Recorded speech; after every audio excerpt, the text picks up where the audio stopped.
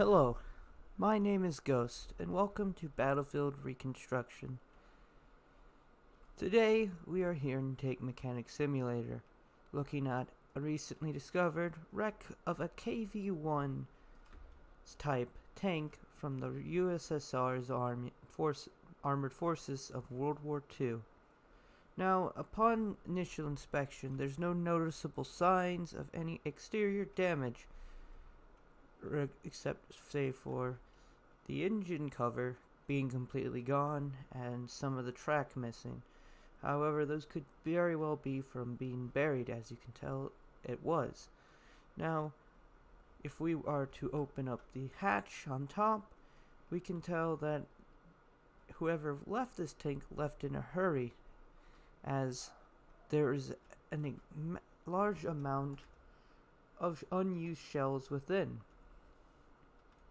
as well as a DT still firmly mounted in place on the front and rear of the vehicle. Now, if we are to look around the tank, we find something that may help us understand what happened. A stranded TT. Now, this is a handgun that was prominently used by the Soviet forces in World War II, and would have been the primary armament of most members of the tank crew. It being outside of the tank does render the idea that perhaps this tank had been abandoned in the heat of battle. The only way for us to fully know is to take it back to the shop. Let me collect the TTT, and we shall do so now. First, let's get it onto the truck. Now that it is on the truck, we can look at portions of the tank that may have been buried and see if perhaps there is signs of a shell having hit the tank. So far, I see no shells. However, these may become more apparent when we get them back to the shop and start going through the repair process. Now we have it back in the shop, we can start looking for signs of damage. And immediately off the bat, I noticed something I had missed. Right here, you can see a burn mark where a shell possibly entered. However, it was blocked by the mudguard, so let's remove that.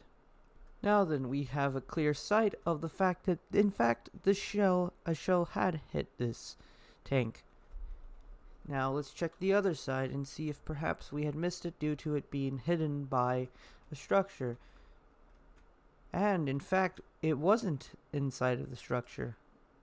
Let's remove these parts for now and look closely. It seems that, like as with most tanks, a shell hit the turret and just happened to pass through at the bottom of the main portion of the body. Now, when we take the turret off and look at it, unfortunately, it does seem that it covers up most of the hole. However, we can easily get inside and investigate what happened here. Now, this is a loader, gunner, and, well, I presume the commander sits up here, meaning that this shell that hit the tank may have, unfortunately, hit the wrong person.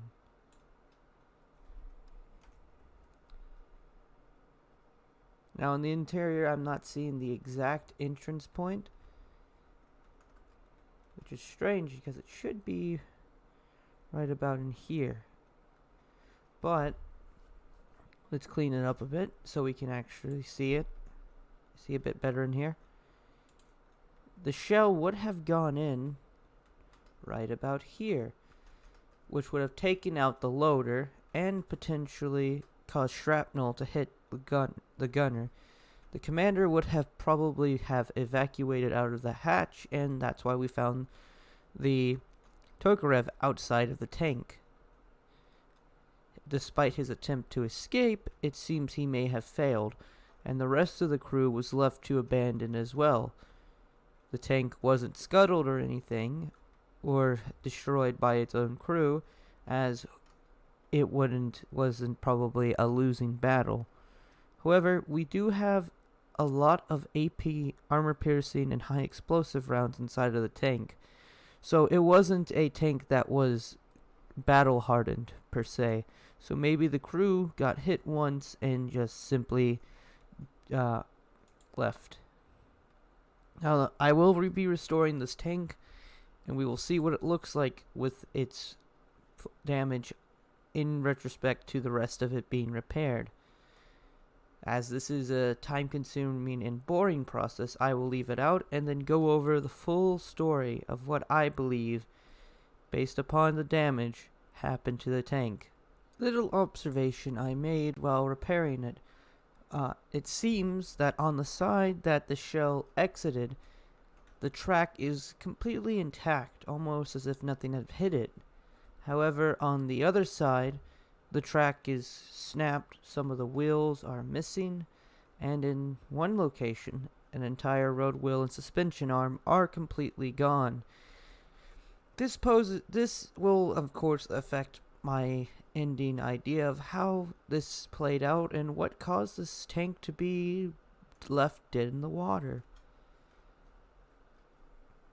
Just wished to bring this up before I finish repairing the vehicle.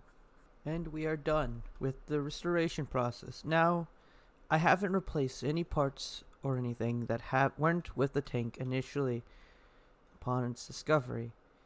However, I have repaired and repainted everything so as the damage can easily stand out more.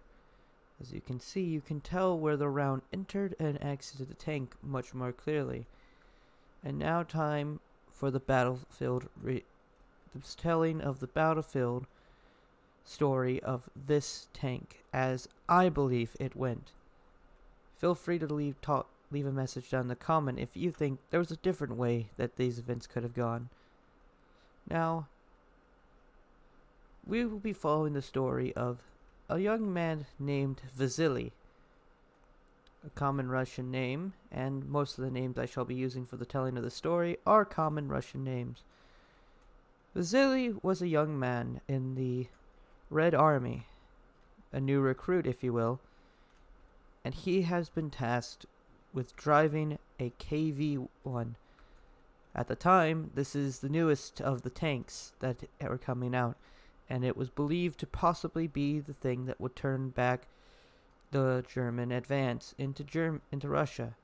Now, the problem is, most of the crews of these tanks were, especially upon their initial release and use, completely inexperienced.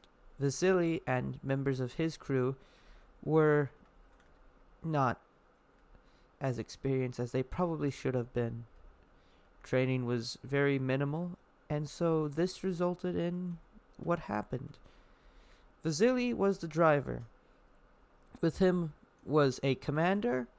For the sake of the storytelling, we shall call him Grigovich, and a loader and gunner who will be remaining unnamed as they do not really last long in the story. Now, I'm unsure of which battle this tank could have came from, so we will just say it was just an off the wall battle of some sort. Now, Vasily did as ordered and was driving the tank forward to meet the German armored forces. However, this tank was sadly ambushed. A shell hit the side of the tank, destroying the left track and immobilizing it. And in the same instant as that happening, without even being able to react, Vasily heard the ping of metal being hit again, and then the thunderous roar of it being ripped apart as a shell ripped into the tank, entering here, ripping through and exiting out the side of the turret, killing the loader instantly, and shrapnel pulverizing both the captain, tank commander, and the gunner in the same instant as well. Vasily, left alone, did what he thought was the right thing, the only thing he truly could. He exited the tank, through the driver's hatch, climbing out only armed with a Tokarev. He proceeded to attempt to run away, only to be gunned down by machine gun fire from the enemy tanks. And thus is the battlefield story of this KV-1. I hope you all enjoyed this type of content. It was very interesting to record and come up with the story, and I think this is a very good example of what I want to do involving this game, as Tank Mechanic Simulator doesn't really have any story to it.